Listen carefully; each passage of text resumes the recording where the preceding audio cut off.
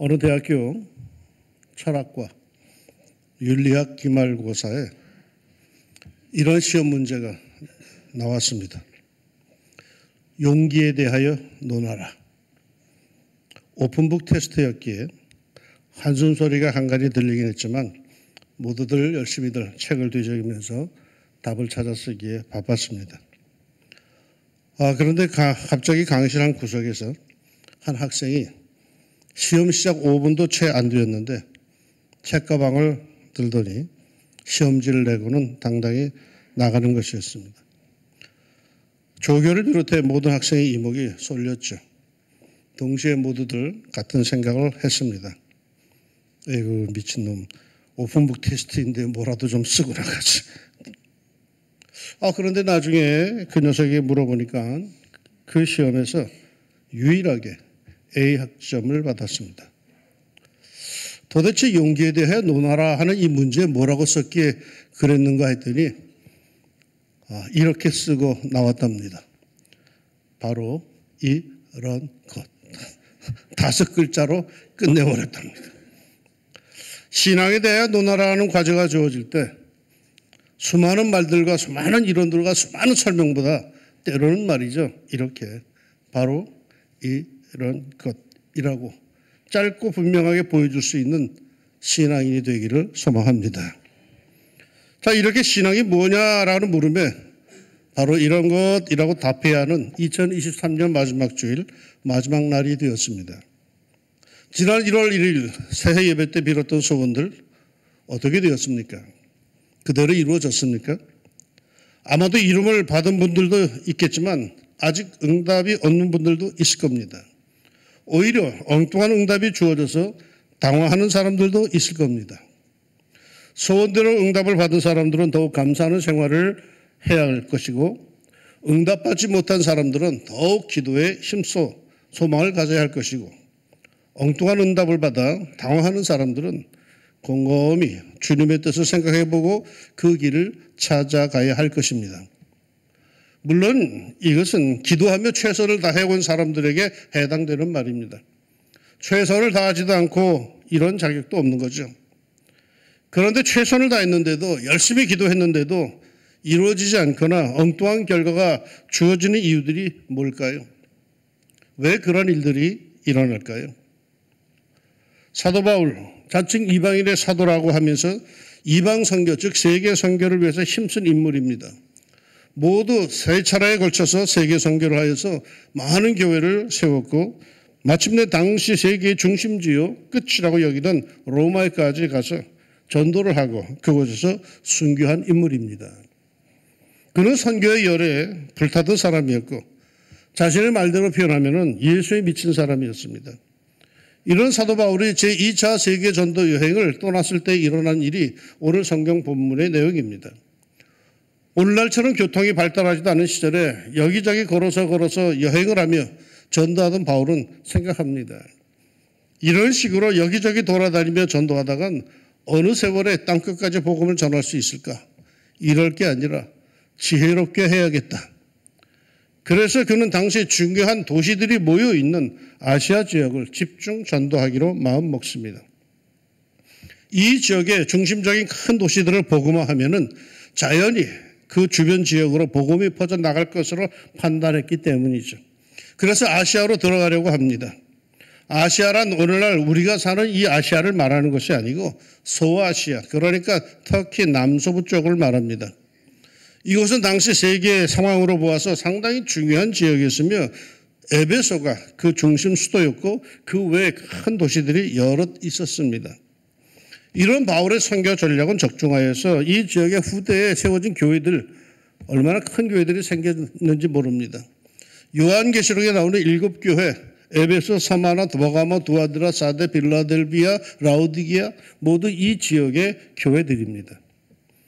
그런데 6절에 의하면요, 성령이 아시아에서 말씀을 전하지 못하게 했답니다. 이 바울로서는 이해가 안 되는 일이죠. 전도는 시와 때가 없다고 하였는데 왜 전도를 하려는데 성령이 못하게 막는 걸까요? 사탄이 막는다고 했다면 이해가 되는데 성령이 막는다? 받아들이기 어려운 일이죠. 그래서 할 수 없이 북쪽으로 올라갑니다. 산간 멱지를 다니면서 선교하다가 서쪽으로 방향을 틀어서 소아시아 위쪽 지역에 머물러 가지고 성령이 소아시아로 들어가지 못하게 하시니까 이번에는 소아시아의 반대 방향이 북쪽으로 올라가려고 합니다. 그래서 비두니아로 가려고 했죠. 그랬더니 이번에는 예수의 영이 또 허락하지는 않습니다. 예수의 영이란 성령의 별칭이죠. 그러니까 이번에는 성령께서 비두니아로 가서 전도하는 것을 금했다는 겁니다. 바울은 답답했죠. 전도하기 위해서 떠나온 길입니다. 그런데 왜 전도하겠다는 걸 막는 걸까요? 하나님의 영광을 위해서 모든 것을 내버려 두고 일하는데 왜 도와주지는 못할 망정 그걸 막는 걸까요? 가끔 우리도 그런 경험이 있지 않습니까? 주의 일을 하겠다는데 주님의 영광을 위해서 뭐 좀 하려는데 잘 안 돼. 맨날 실패, 맨날 아파. 그리고 다투는 일들이 참 많이 생겨. 어느 교회 집사님 아들이 입시에 떨어지고는 어머니에게 이렇게 불평을 합니다. 내가 학교에 붙는 것은 하나님의 영광을 위한 것인데 왜 하나님은 나를 떨어뜨렸습니까? 내가 대학에 가서 하나님의 나라를 위해서 살겠다고 했는데 대학 졸업해서 그리스도인으로서 나중에 돈 많이 벌어서 주의 일에 선교 사업에 크게 쓰겠다고 했는데 왜 나를 떨어뜨리는 겁니까? 왜? 글쎄요. 이것이 문제죠. 하나님의 영광을 위하겠다는데 주의 일을 위하여서라는데 왜 한다는 겁니까? 왜 금하는가 말이죠. 이 길은 분명히 하나님의 영광을 위한 길이고 나 자신을 위해서도 좋은 일이고 그야말로 꼭 먹고 알 먹고 누이 좋고 매부 좋은 일인데 왜 하나님께서는 허락하지 않으시냐는 이거죠. 바울은 할 수 없이 무시하를 지나 계속 서진하여서 드로아에 이르릅니다. 드로아뿐이 갈 길이 없었기 때문이죠. 아래로 내려가지도 못하고 위로 올라가지도 못하게 하고 뒤로 돌아가지도 못하게 했으니 어쩔 수 없이 그냥 앞으로 갈 수밖에 없는 상황이었어.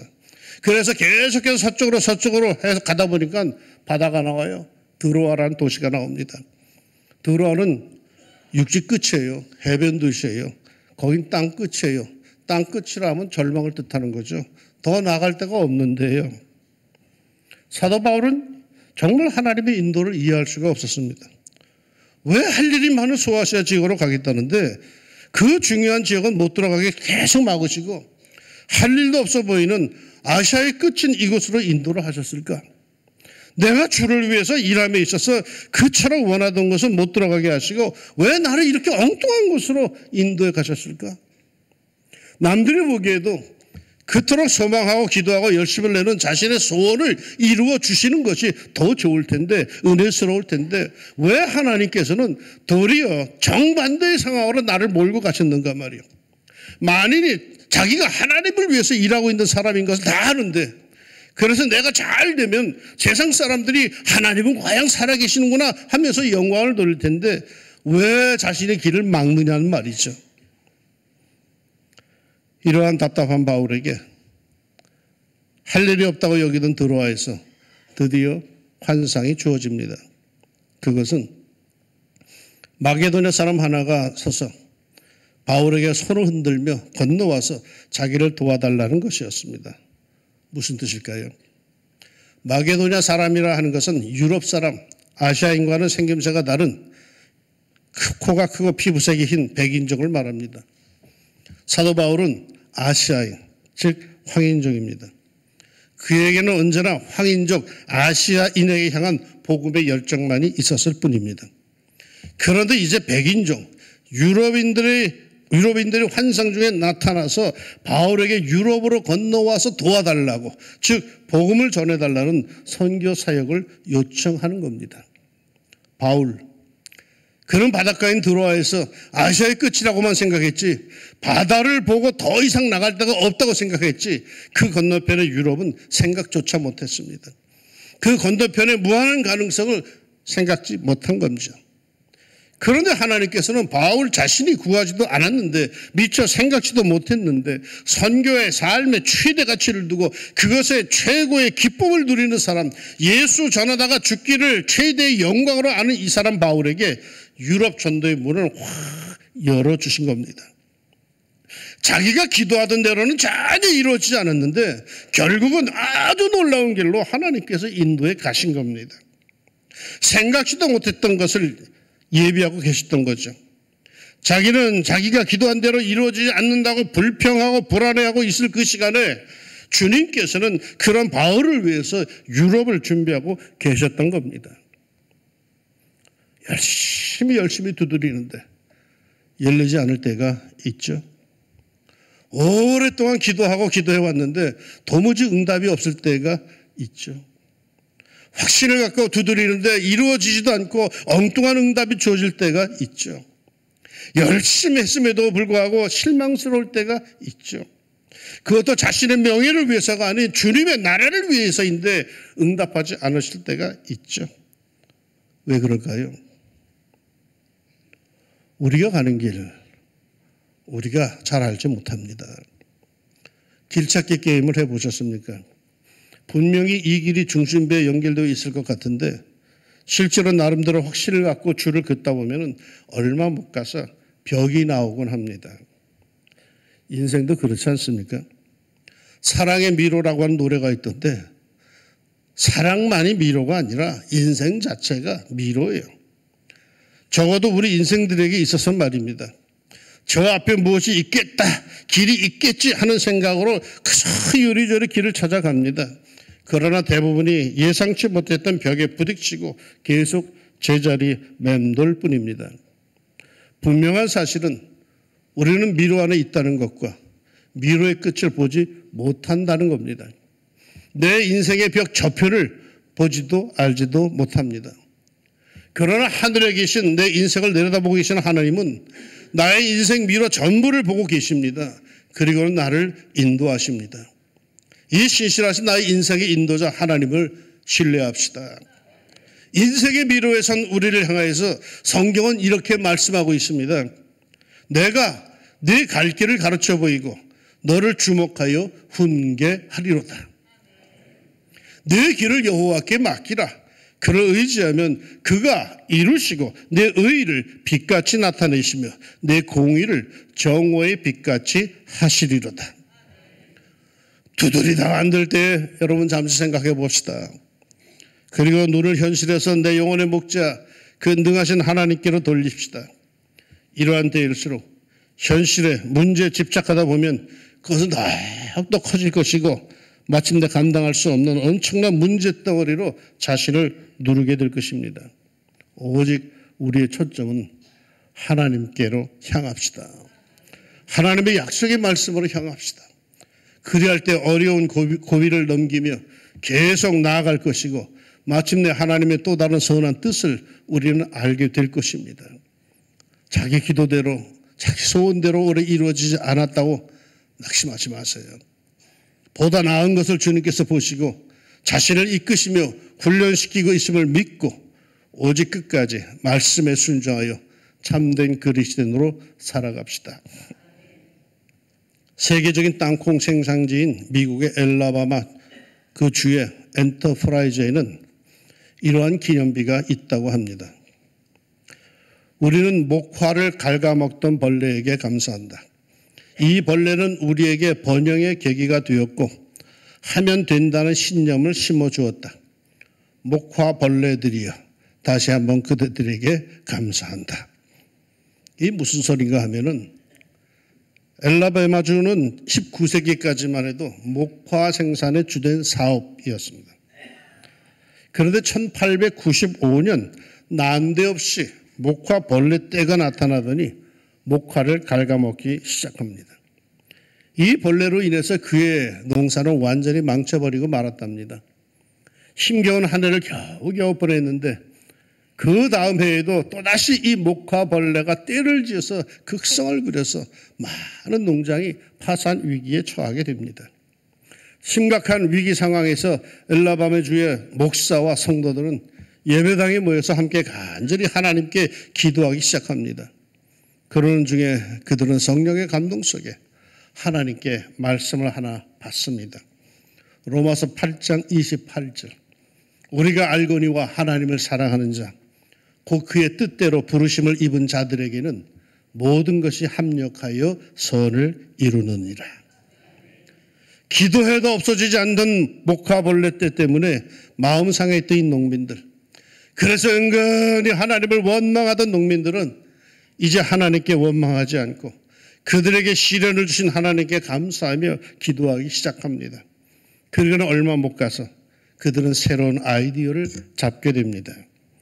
목화 농사만 하면 벌레가 오니 목화를 버리고 땅콩을 심기로 한 겁니다. 그래서 땅콩을 심었더니 그 비옥한 땅에 풍년이 들었고, 그리고 그것은 더 높은 수익을 그들에게 가져다 줍니다. 게다가 얼마 후에 산업의 발달로 값싸고 질긴 나일론 실을 공장에서 대량 생산하게 되어서 목화가 더 이상 필요가 없게 되었답니다. 만약에 목화밭을 계속 고집했더라면 그들은 아마도 망해도 완전히 망했을 겁니다. 그토록 간절히 기도함에도, 그토록 성실하게 살았음에도 기대한 대로 되지 않을 때, 실망스럽게 결과가 틀어질 때, 이때 자신이 정말 하나님의 백성, 하나님의 자녀임을 믿는다면 뭔가 하나님께서 보신 특별한 것이 있음을 믿읍시다. 뭔가 있음을 믿읍시다. 때가 되면 그 뭔가가 정체를 드러낼 텐데 그것은 내게 화가 아니라 복임을 믿습니다. 주께서 나의 슬픔이 변하여 내게 춤이 되게 하시며 나의 겉옷을 벗기고 기쁨으로 띄우셨나이다. 왜 잘 안 풀리는 걸까요? 그토록 노력하고 성실했음에도 왜 이렇게 힘든 걸까요? 내 뜻과 내 의도도 악하지 않고 선한 것인데 왜 이리 엉뚱한 일들만 생기는 걸까요? 뭔가가 있어요. 내가 미처 깨닫지 못하고 알지 못하는 뭔가가 있어요. 내 능력, 내 경험, 내 실력, 내 발로는 종래 발견할 수도 없고 과감히 내디딜 수 없는 기막힌 그 무언가가 있어요. 그러므로 두드리다 안 될 때, 기대치 않은 방향으로 흘러갔을 때 더욱 주님의 그 선하시고 신실하심을, 사랑을 기억하고 인내하며 순종합시다. 더욱 나은 삶이 주어질 겁니다. 참된 신앙이란 무엇인가를 단순한 신뢰의 삶으로 이런 것이다 라고 보여줍시다. 너는 마음을 다하여 여호와를 신뢰하고 네 명철을 의지하지 말라. 너는 범사의 그를 인정하라. 그리하면 네 길을 지도하시리라. 뭔가 있습니다. 낙심하지 말고 더욱 믿음과 신뢰를 키웁시다. 여호와는 나의 목자시니 내게 부족함이 없으리로다. 내 인생의 목자이신 하나님의 인도하심, 그 하나님의 선하심을 신뢰하며 우리 새해를 맞이합시다. 그 뭔가가 여러분에게 마침내 큰 복이 될 줄로 믿습니다. 기도합시다. 2023년 올 한 해를 살아왔습니다. 잘 될 것이라고 기대하며 시작한 사람들이 많은데 잘 된 사람도 있지만 소갈이 한 사람들이 폭이나 많습니다. 풀리지 않아서 참 어려움을 당한 사람들도 많습니다. 왜 이렇게 어려움이 계속될까 힘들은 사람도 있고 마음이 주저앉는 사람도 있습니다. 그러나 하나님 버티게 하신 것을 감사합니다. 끝까지 저가 나는 하나님을 신뢰한다라고 뭔가가 있다라고 믿음으로 그 어려운 세월을 이겨내게 하신 것을 감사합니다. 울면서라도 버티게 하신 것을 감사합니다. 하나님, 이제 새해가 시작되면요, 그렇게 버텨온 사람들에게 먼저 길을 열어주실 줄로 믿습니다. 환한 길을 열어주시고 생각지 않았던 길을 열어주셔서 이것 때문에 그렇군요 깨달을 수 있는 모든 것이 합력하여 선을 이루는 멋진 역사가 우리 찬원 왕중 가족들에게 꼭 있게 하여 주옵소서. 예수님의 이름으로 기도합니다.